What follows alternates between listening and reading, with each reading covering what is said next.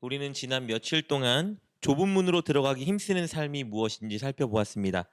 즉, 이 땅에 임한 하나님 나라를 들어가는 방법, 그리고 완성된 하나님 나라인 천국에 들어가는 방법에 대해 살펴보았습니다. 오늘 본문도 마찬가지 내용을 다루고 있습니다.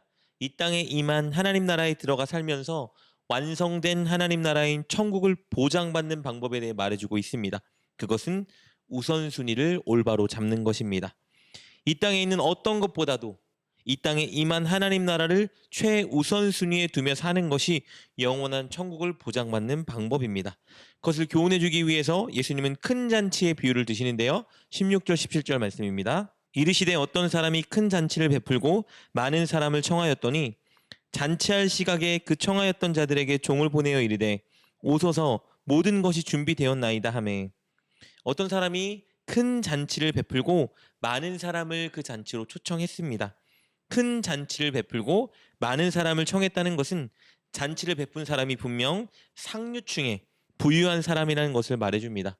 어제 본문에서 우리가 나눴던 것처럼 당시 식사 교제나 잔치를 열 때에는 자신과 동등하거나 높은 사회적인 위치에 있는 사람들을 초청하곤 했습니다. 그렇다면 당시 관습에 의거하여 이야기 속에서 잔치를 베풀고 있는 사람은 분명히 자신처럼 상류 계층의 부유한 사람들을 잔치에 초청했을 것입니다. 당시의 식사 교제나 잔치에 사람들을 초대하기 위해서 두 번에 걸친 초대가 이루어졌다고 합니다.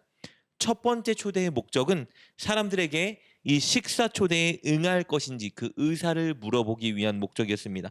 왜냐하면 초대에 응할 사람이 몇 명이고 누군지 알아야 그에 맞는 음식과 종류의 양을 결정할 수 있었기 때문입니다. 그리고 초대받는 사람도 그 식사를 위해 시간을 미리 비워두고 준비해야 되었기 때문에 이렇게 첫 번째 초대가 먼저 이루어졌습니다. 그리고 첫 번째 초대를 통해서 파악한 인원수에 맞는 음식과 잔치 준비 세팅을 다 끝마친 후에 두 번째 초대가 이루어졌습니다. 그렇다면 두 번째 초대의 목적은 다 준비되었으니 이제 잔치에 오라는 진짜 초청이겠죠. 비유에서 큰 잔치를 베푼 사람은 잔치에 필요한 모든 준비를 다 마쳤습니다. 그리고 첫 번째 초대할 때 초대에 응했던 사람들에게 다시 종을 보냈습니다. 잔치의 모든 준비가 다 끝났으니 속히 오라는 초대겠죠? 두 번째 초대인 겁니다. 이 초대를 받은 사람들은 이미 잔치에 참석하겠다고 약속한 사람들입니다. 그런데 첫 번째 초대를 받았을 때 분명히 잔치에 참여하겠다고 약속했던 그 사람들이 갑자기 잔치에 가지 못하게 되었다 거절하는 상황들이 발생합니다. 18절 말씀입니다. 다 일치하게 사양하여 한 사람은 이르되 나는 밭을 샀음에 아무래도 나가보아야 하겠으니 청컨대 나를 양해하도록 하라 하고.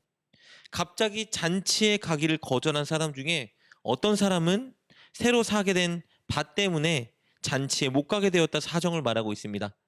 밭을 신중히 살펴보고 구매해야 되기 때문에 잔치에 참여할 시간이 없다는 것이죠. 어떤 사람은 새로 산 소 때문에 잔치에 참여할 수 없다며 잔치를 거절합니다. 19절 말씀입니다. 또 한 사람은 이르되 나는 소 5겨리를 샀음에 시험하러 가니 청컨대 나를 양해하도록 하라 하고. 그는 새로 산 소가 힘을 잘 쓰는지 밭을 잘 가는지 시험해 보기 위해서 잔치의 청을 거절했습니다. 그러니 밭을 산 사람도 소 5겨리를 산 사람도 엄청난 재력가라는 것을 알 수 있겠죠? 이들은 결국 자신들의 재력과 소유물 때문에 잔치의 청을 거절한 것이죠. 또 어떤 사람은 결혼을 하게 됐기 때문에 아내와 함께 시간을 보내야 돼서 못 간다 거절하고 있습니다. 20절 말씀입니다. 또 한 사람은 이르되 나는 장가 들었으니 그러므로 가지 못하겠노라 하는지라. 사람들이 분명히 잔치에 가겠다고 약속한 후에 이렇게 각자의 사정 때문에 잔치에 못 간다고 핑계를 대자 거절당한 주인은 분노하기 시작합니다.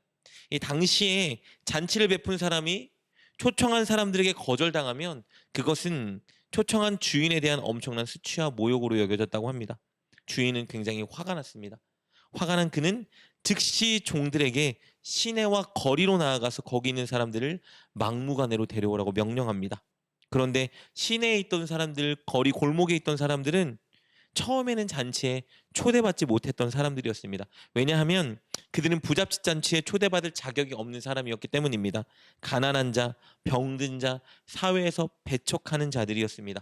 21절 말씀입니다. 종이 돌아와 주인에게 그대로 고하니 이에 집 주인이 노하여 그 종에게 이르되 빨리 시내의 거리와 골목으로 나가서 가난한 자들과 몸 불편한 자들과 맹인들과 저는 자들을 데려오라 하니라. 자격이 없는 자들을 다 데려오라 명령하고 있습니다. 그런데 그들을 초대하여 잔치에 데리고 왔음에도 불구하고 잔치상의 빈자리가 아직도 너무나 많이 남아 있습니다. 초대에 응하겠다고 하고 오지 않은 사람이 그만큼 많았다는 것을 의미하겠죠. 그러자 잔치집 주인은 심지어 마을에 섞여 살지 못하는 아주 극도로 가난한 자들도 초청하라 명령합니다. 23절입니다. 주인이 종에게 이르되 길과 산 울타리가로 나가서 사람을 강권하여 데려다가 내 집을 채우라. 이렇게 잔치에는 처음 초대받지 못했던 사람들로 가득 채워지게 되었습니다. 반면 처음 초대받았으나 잔치에 참여하지 않겠다고 거절했던 그 사람, 그들은 다시는 이 주인의 잔치집에 참여하지 못하게 될 것이라 주인이 선언합니다. 24절입니다. 내가 너희에게 말하노니 전에 청하였던 그 사람들은 하나도 내 잔치를 맛보지 못하리라 하였다 하시니라. 이 비유에서처럼 이 땅에 임한 하나님 나라로 초대를 받았지만 자신의 소유 때문에 혹은 사람들과의 관계 때문에 예수님을 따르며 예수님 말씀에 순종하기를 지체하거나 거절한다면 누구도 결코 하나님 나라에 들어갈 수 없습니다. 예수님은 이 비유의 이야기를 통해 우리에게 두 가지 교훈을 주고 계십니다. 첫째, 예수님은 우리가 자격이 있어서 하나님 나라로 초청받은 것이 아니라는 것을 말해줍니다. 우리는 하나님 나라에 들어갈 자격이 아예 없는 사람들이었습니다. 그런 우리를 그저 하나님의 사랑과 긍휼로 하나님 나라로 초청해 주신 것입니다.